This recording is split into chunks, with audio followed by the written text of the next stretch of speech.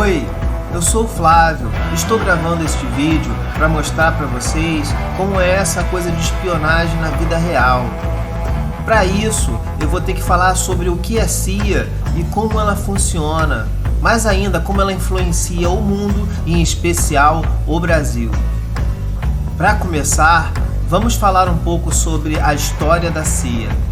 A CIA foi criada logo após a Segunda Guerra Mundial pelo presidente Harry Truman. Havia a necessidade estratégica de se vigiar o exterior, em especial por causa do avanço do comunismo. Harry Truman tomou cuidado de separar a CIA das demais agências americanas para que ela ficasse exclusivamente dedicada aos assuntos externos dos Estados Unidos, vigiando tanto as questões militares quanto comerciais e diplomáticas nos demais países do mundo. Dentre as principais ações da CIA, temos o roubo de projetos, o roubo de informações industriais para fazer com que as empresas americanas sobressaiam-se sobre as outras, a manipulação de informações sobre governos hostis aos Estados Unidos, o empoderamento de grupos rebeldes para que estes derrubem governos que não aceitem as decisões norte-americanas, a venda de armas, às vezes de drogas, para desestabilizar governos adversários comercialmente. Assim sendo, a esta altura, você já pode perceber que os homens e mulheres que compõem os quadros da CIA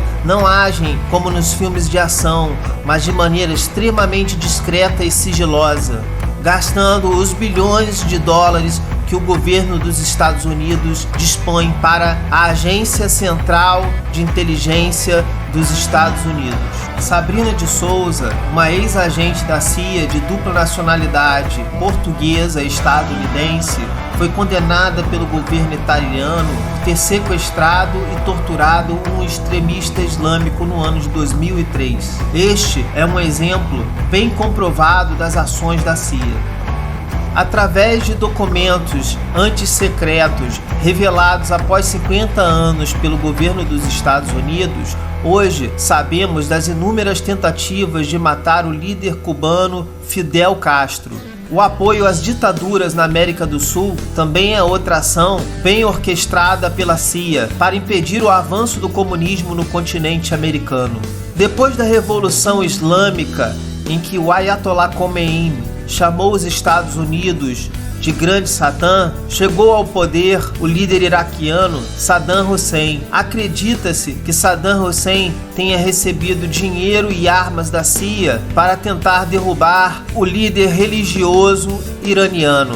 O jornalista alemão Udo Ulfkott, em entrevista para o Russia Today, revelou muito da ação da CIA manipulando informações por todo o mundo. Eis um trecho de sua entrevista.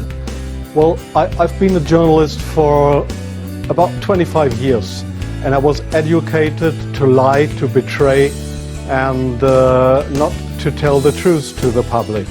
How the German and American media tries to bring war to the people in Europe, to bring war to Russia.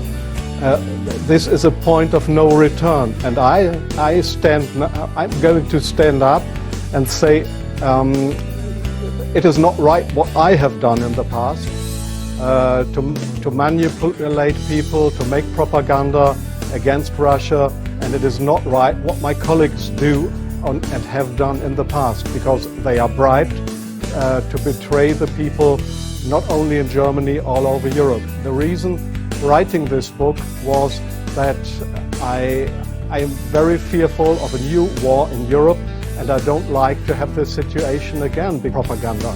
We live in a banana republic and not in a democratic country where we have press freedom, where we have human rights.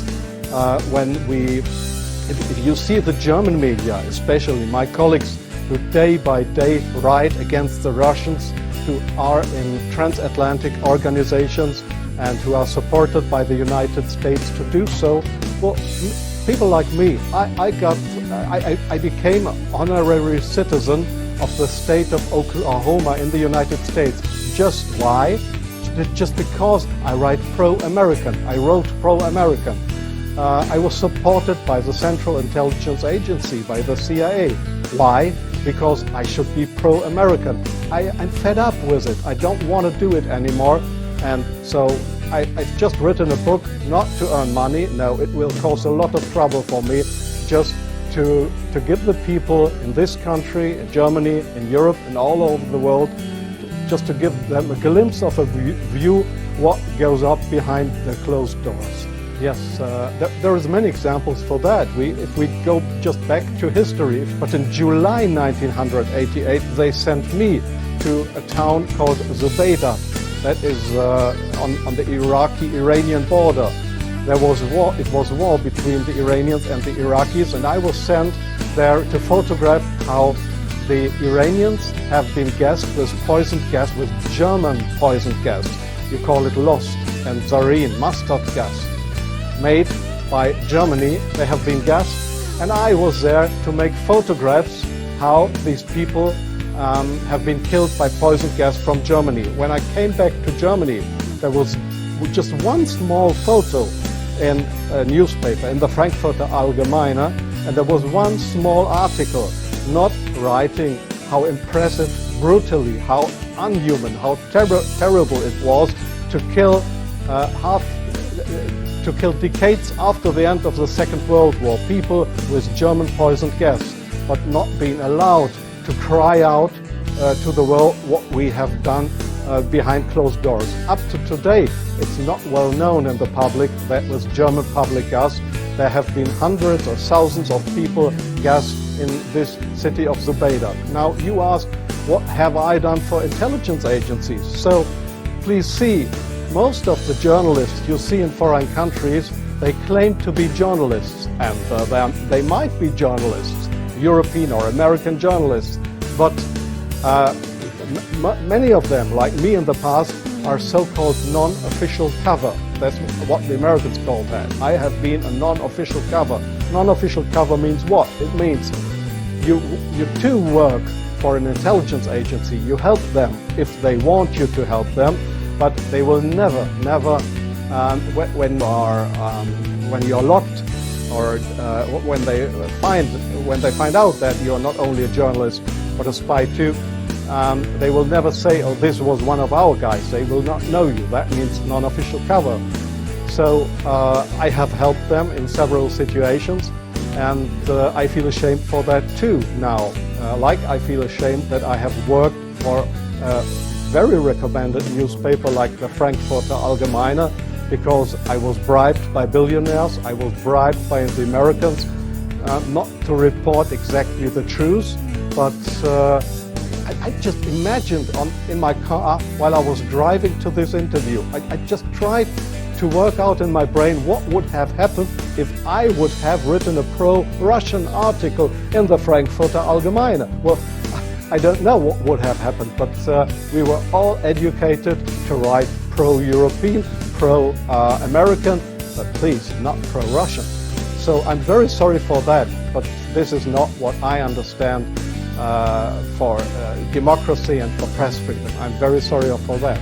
Em dezembro de 2006, foi fundado o site Wikileaks. Seu idealizador, Julian Assange, disponibilizou mais de 1000 documentos da CIA. Mas só em 2010 que o Wikileaks ficou conhecido, quando houve finalmente a grande divulgação. Os Estados Unidos, através de sofisticados programas de computadores e da CIA, espionavam governos de todo o mundo. O então presidente dos Estados Unidos, Barack Obama, teve que pedir desculpas à comunidade internacional. A presidente brasileira na época, Dilma Rousseff, descobriu através dos Wikileaks que os Estados Unidos estavam de olho na empresa brasileira de petróleo, a Petrobras. Embora não existam provas concretas, acredita-se que o impeachment da então presidente deve-se também à influência norte-americana através da CIA na mídia e influenciando grupos econômicos e políticos brasileiros. O fato é que em 2016, após a saída da presidente Dilma Rousseff, o marco regulatório foi modificado, retirando dinheiro que antes era destinado à saúde e à educação. O controle da exploração de petróleo também foi retirado da Petrobras, que naquela altura já era alvo de investigação da Operação Lava Jato. Esta operação era comandada pelo juiz Sérgio Moro. Posteriormente, foi descoberto que Moro travava constante conversa com o FBI. E devido a esta operação, o candidato mais popular na época, o senhor Luiz Inácio Lula da Silva, foi impedido de participar das eleições. Não se pode dizer com certeza que houve influência da CIA neste caso, mas o fato é que entrou no poder nas eleições presidenciais de 2018 o senhor Jair Bolsonaro, um homem sempre alinhado às políticas dos Estados Unidos, fã, confesso, dos Estados Unidos, ao ponto de festejar com a família o feriado de independência estadunidense. Então, espero que este vídeo tenha servido para a reflexão de que a CIA tem interesses estratégicos no Brasil, país continental rico em muitos recursos, e que o governo dos Estados Unidos não gasta bilhões de dólares anualmente com a sua agência central de inteligência à toa. Bom, se você curtiu o vídeo, deixe o seu like e principalmente assine o canal. Compartilhe para que este vídeo chegue a mais pessoas. O canal é pequeno e a sua ajuda faz muita diferença para um humilde professor. Um abraço e até o próximo vídeo.